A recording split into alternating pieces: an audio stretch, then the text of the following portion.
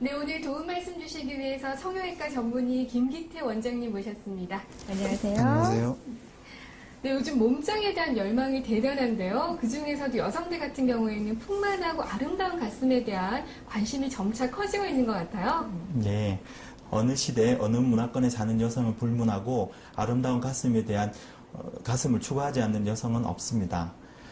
여성에 있어서 가슴, 즉 유방의 의미는 남다르다고 하겠는데요. 여성을 여성스럽게 하고 모성의 근원이며 성적인 정체성을 가지기도 하는 여러 가지 의미를 가지기도 합니다. 하지만 한마디로 정의하기 힘들기도 합니다. 하지만 분명 중요한 것은 여성스러움과 자긍심의 상징이 된다는 것이고, 이런 이유로 최근 불고 있는 여러 가지 몸짱 열풍 중에서도 아름다운 가슴에 대한 여성들의 관심이 특히 높다고 하겠습니다. 네, 그렇다면 아름다운 가슴의 기준이 있을까요? 네, 가슴은 인종, 체형, 그리고 연령에 따라서 형태의 차이가 많이 나므로 어떤 것이 아름다운 가슴이라고 한마디로 단언하기는 힘듭니다. 하지만 보편적인 기준을 이야기하자면 다음과 같습니다. 현대인의 기준으로 봤을 때 아름다운 가슴은 적당히 풍만하고 탄력이 있어야 합니다. 가슴의 크기는 양쪽 유두를 이어주는 가슴 둘레를 기준으로 하는데요. 우리나라 여성의 경우에는 엉덩이 둘레의 보다 4, 5cm 정도 작은 것이 보통이고, 한쪽 유방의 부피는 대략 250g 정도입니다. 네. 또한 크기도 중요하지만 모양이 더욱 중요합니다. 모양은 사발형이나 자루형보다는 원추형이 가장 아름답습니다.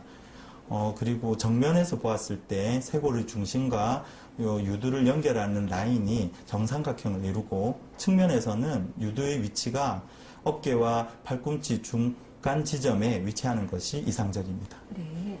요즘 많은 분들이 유방 성형술에 대해서 관심을 가지고 계시거든요. 네. 근데 성형수술 중에서도 유방 성형이 좀 아프고 힘들다라고 들었는데 정말 그런지가 궁금합니다. 아닙니다. 과거에 그런 얘기가 많이 있었습니다. 네. 하지만 최근 들어서 의학의 발전으로 통증에 대한 걱정 없이 수술을 하실 수 있습니다. 네. 유방 성형 수술 후에 자가 통증 조절 장치 등을 이용하여서 통증 걱정 없이 지내실 수 있습니다. 오늘 말씀드릴 유방 성형은 유방 확대 수술, 유방 축소 수술, 그리고 함몰 유두 교정 수술 등이 있습니다. 네. 그럼 여기서 잠깐 시청자 여러분들이 궁금해하시는 두 가지 질문 알아보고 가겠습니다.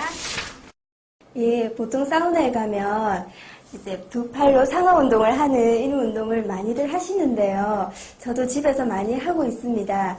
근데 과연 이 운동이 가슴을 탄력 있고 풍만하게 하는데 도움이 되는지 궁금하거든요. 네, 도움이 됩니다. 아름다운 유방을 만들기 위한 여러 가지 운동들이 있을 수 있는데요. 유방 앞쪽으로 양손을 모은다든지, 아니면 양팔을 귀 쪽으로 모아서 하는 운동, 또는 팔굽혀펴기 등 여러 가지 운동이 있을 수 있습니다. 이런 운동들은 보통 가슴 근육을 발달시킬 수 있는 운동이 되겠는데, 이런 운동들을 꾸준히 하신다면 도움이 됩니다. 네. 대부분 듣기로도 가슴은 이제 겨드랑이 쪽으로 일반적으로 수술을 한다고 알고 있었는데요. 며칠 전에 잡지를 봤는데 배꼽으로도 가슴 성형이 가능하다고 들어서 부작용이라든지 효과, 그리고 흉터 이런 거에 대해서 궁금해서 여쭤보고 싶습니다. 예, 배꼽을 통한 유방 확대 수술은 내시경 장비를 이용하여서 배꼽 주위에 조그만 절개를 하고, 이를 통해서 유방 보형물을 엮는 수술이 되겠습니다.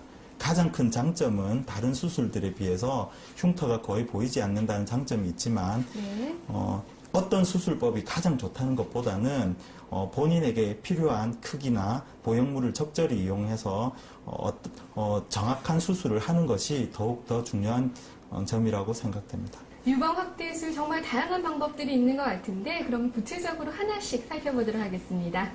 예, 유방 확대 수술의 종류는 유방 확대를 삽입물을 넣기 위한 절개선의 위치에 따라서 겨드랑이 절개법, 유륜주의 절개법, 유방하 절개법, 배꼽주의 절개법 등으로 나눌 수 있습니다. 네.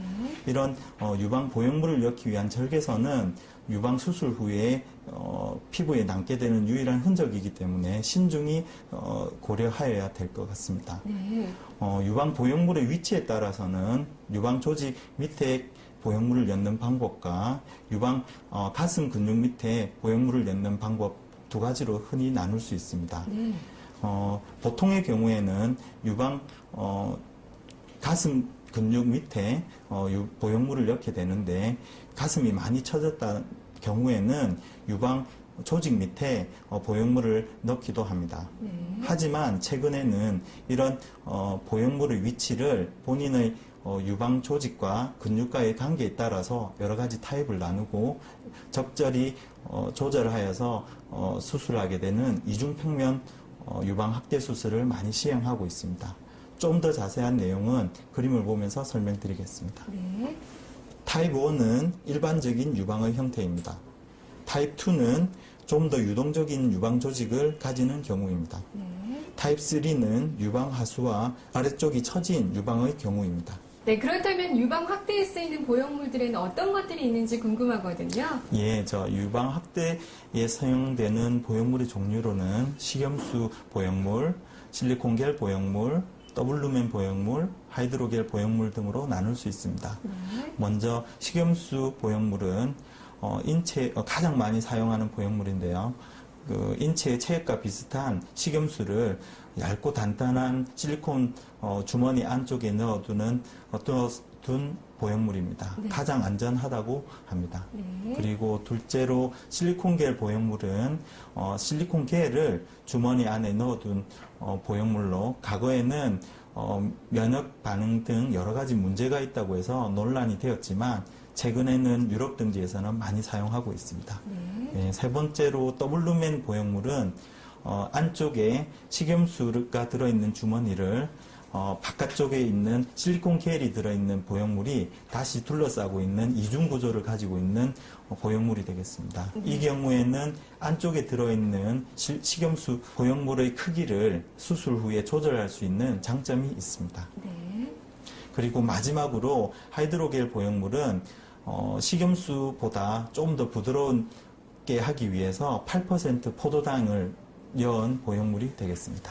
네, 그럼 실제로 유방 확대술을 받고 아름다워진 모습을 직접 확인을 해볼 수가 있을까요?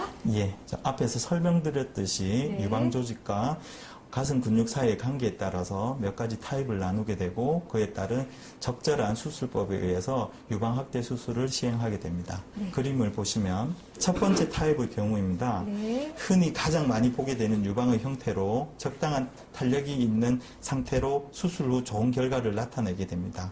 수술 후 6개월 된 사진입니다. 네.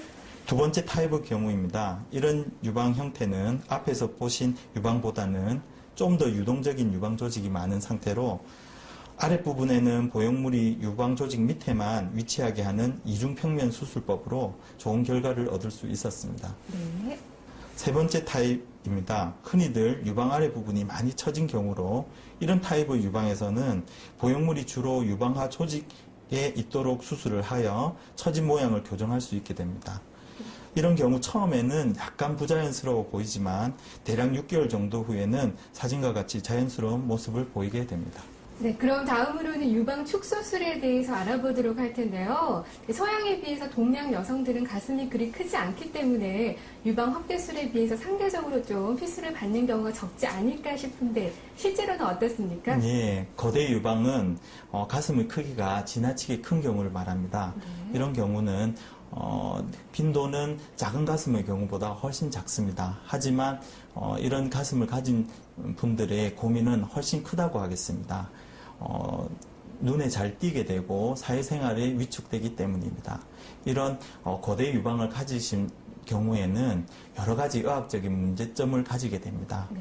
척추에 가해지는 지나친 무게 때문에 두통, 목의 통증, 또 허리가 흰다든지 호흡이 힘들다든지 또한 탈색, 그리고 브래지어 끈에 의해서 어깨에 깊은 자국이 남는다든지 여러 가지 문제점이 생기게 됩니다.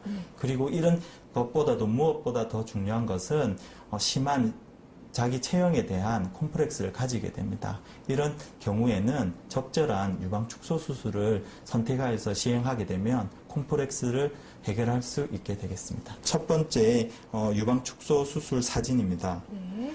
유륜 주위로 수술한 사진입니다. 수술 후 1년 된 사진으로 넓게 퍼져 있던 유륜의 모양이 작아진 것을 볼 수 있습니다. 네. 두 번째 케이스인데요. 수직 절개법으로 수술한 사진입니다. 수술 후 6개월이 된 사진입니다. 아직까지 수직으로 흉터가 남아 있습니다. 네, 그럼 다음으로는 함몰 유두 교정술에 관해서 살펴볼 텐데 어떤 교정술인가요? 유두가 돌출되어 있지 않고 유방 안에 묻혀 있는 경우를 함몰 유두라고 합니다. 원인은 유두를 잡고 있는 조직들이 안쪽에서 당겨서 유두가 안쪽으로 들어가게 되는데 미용적인 문제뿐 아니라 출산 후 수유에 지장을 주게 되고 또한 함몰된 부분에 청결을 유지할 수 없어서 유방염이 많이 생기게 됩니다. 이런 환자들 경우에는 출산 전에 반드시 수술을 해주는 것이 중요합니다. 수술은 잡고 있는 유방 조직을 늘려주고 다시 함몰되지 않게 봉합해주는 방법을 사용하게 됩니다. 네. 수술은 유륜 주위에서만 하게 되어서 크게 흉터가 보이지 않게 되고 심하게 함몰되어 있지 않은 경우에는 유방 수술 후에 출산 후 수유에도 장애가 없습니다. 그런데 유방 성형 같은 경우에는 수술 후 관리가 또 무엇보다 중요하다고 들었거든요. 어떻게 관리하는 것이 효과적일까요? 예, 유방 확대 수술을 고려하는 환자들 중에서 수술 후에 마사지가 과연 필요한가 의문을 가지시는 분들이 있습니다. 하지만 병원에 따라서 유방 마사지 방법, 시기 등도 다 다르지만 한 가지 중요한 것은 유방 마사지가 수술 후 발생할 수 있는 구축이라든지 여러 가지 부작용을 해결을 할 수 있는 중요한 방법이라는 것입니다. 그래서 병원에서도 유방 마사지를 해드리지만 본인이 집에서 15분에서 30분 정도 가슴을 잡고 응어리를 풀듯이 부드럽게 마사지를 해주시면 좋은 결과를 나타내게 됩니다.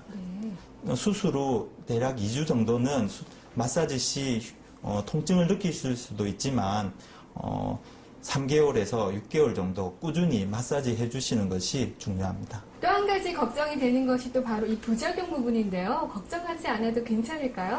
예, 유방 수술 후에 생각할 수 있는 부작용이라면 유방 확대 수술의 경우에는 유방 수술 후에 구형 구축, 즉 유방 보형물 주위로 딱딱한 막이 생겨서 가슴 모형이 딱딱하고 부자연스러운 경우가 생기게 됩니다.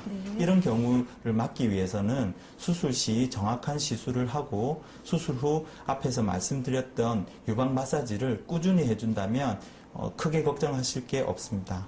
그리고 유방 축소 수술의 경우에는 흉터가 가장 문제가 되는데 이런 경우를 막기 위해서는 유륜 주위 수술법을 사용하는 등의 방법을 사용할 수 있습니다. 네, 그런데 원장님, 가슴 수술 같은 경우에는 나중에 마음에 들지 않을 때요, 좀 더 크게 하고 싶다거나 사이즈를 줄이고 싶다거나 이렇게 재수술 여부가 자유로운지가 궁금하거든요. 예, 그렇지는 않습니다. 사이즈 조절을 위해서 재수술을 하지는 않습니다. 네. 오히려 부작용 등, 그러니까 구형 구축 등의 문제가 생겼을 때 재수술을 어쩔 수 없이 하게 되는 경우가 있습니다. 네. 그래서 수술 전에 적절한 크기의 보형물을 정확하게 결정하고 정확히 시술하는 것이 가장 중요하다고 하겠습니다. 지금까지 쭉 유방 성형에 관해서 살펴보았는데 마지막으로 시청자 여러분들에게 당부 말씀 있으시면 부탁드립니다. 유방 성형 수술은 아름다운 가슴을 가질 수 있도록 하는 보조적인 역할을 할 수 있고 여성들이 자신감을 가지고 생활할 수 있게 하는 휴머니즘 의학이라고 할 수 있습니다. 네. 유방의 크기가 너무 작아서 옷매무시가 예쁘지 않아서 고민하는 여성, 아니면 너무 유방이 커서 사회생활에 위축되는 그런 고민을 가지게 되는 여성들이 있게 됩니다. 이런 고민을 가지고 자신감이 없이 생활하시는 것보다는 성형외과 전문의와 상담하시고 적절한 성형수술에 의해서 자신감을 가지고 능동적으로 생활하시는 것이 중요하다고 생각됩니다. 네, 풍만하고 아름다운 가슴을 가지길 원하셨던 분들에게는 아주 유익한 정보가 되었을 것 같네요. 오늘 도움 말씀 정말 감사합니다. 네, 감사합니다.